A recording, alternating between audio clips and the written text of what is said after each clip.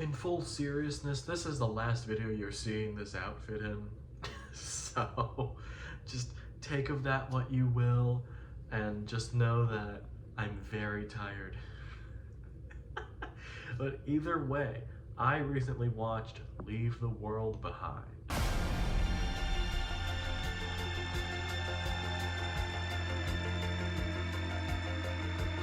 This is a new movie from Sam Esmail, the creator of Mr. Robot, which is a show that I need to watch, honestly. Honestly, this kind of inspired me to do it, so if I can find it anywhere, I think I will watch it. This is about a family's getaway to a luxurious rental home. It takes an ominous turn when a cyber attack knocks out all their devices and two strangers show up at their door. Julia Roberts and Ethan Hawke play the husband and wife of this family, and Mahershala Ali and Myha'la, I don't know if that's how you say their name, but they play the two strangers. And also Kevin Bacon's kind of in this. I was hoping he'd be in it more, but I don't know. I'll start off with the good stuff. This movie looks very pretty. There are some, I don't know how much was like a sound stage, but it is filmed pretty well. Like, the cinematography itself is pretty good. The actual, well, I don't know if there are built sets, but there's a quick scene on a beach that looks great as well. I also think the acting here is pretty great. I mean, you can't go wrong with Mahershala Ali. Apparently for a while, Denzel Washington was going to be playing this role, which I totally see in this script. Julia Roberts and Ethan Hawke are pretty great as well. As you probably know, they're both pretty good. And also Myha'la, which the last thing I saw them in was Bodies, Bodies, Bodies, which they stood out to me in that. So that was cool, and I think that they did a good job in this as well, especially acting opposite these veterans pretty much. Where I think this kind of fell apart was the script. It felt very underbaked, and knowing that this is the guy that made Mr. Robot, which people adore that show. I do know that it kind of fell off in the final season. It was one of those shows, but people loved the writing in that.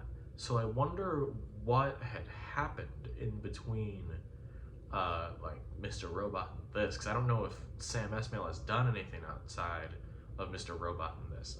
I'm not a TV guy, as you would probably know. Believe it or not, it actually reminds me of an M. Night Shyamalan movie. I feel like this would have been something that he had made during the era of like The Village.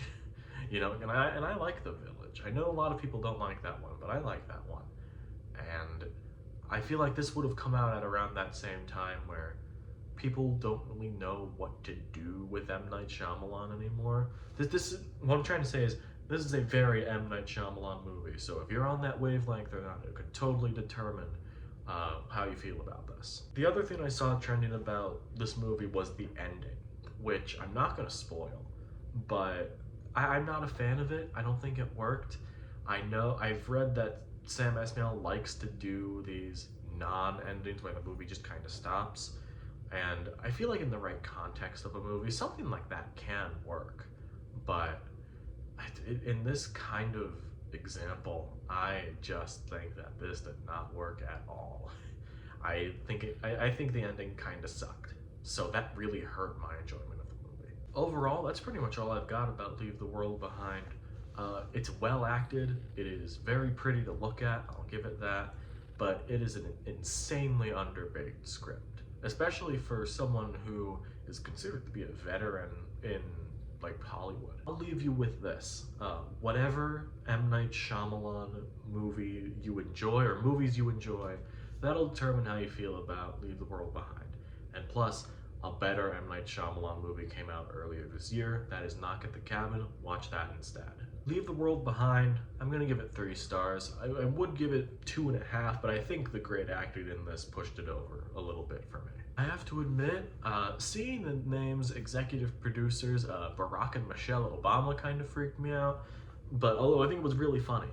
But I wonder if so many conspiracy theories are going to spur off this movie and why the Obamas produced it. It's because they have a production company at Netflix, and the book that this was based on was on Obama's reading list the year it came out.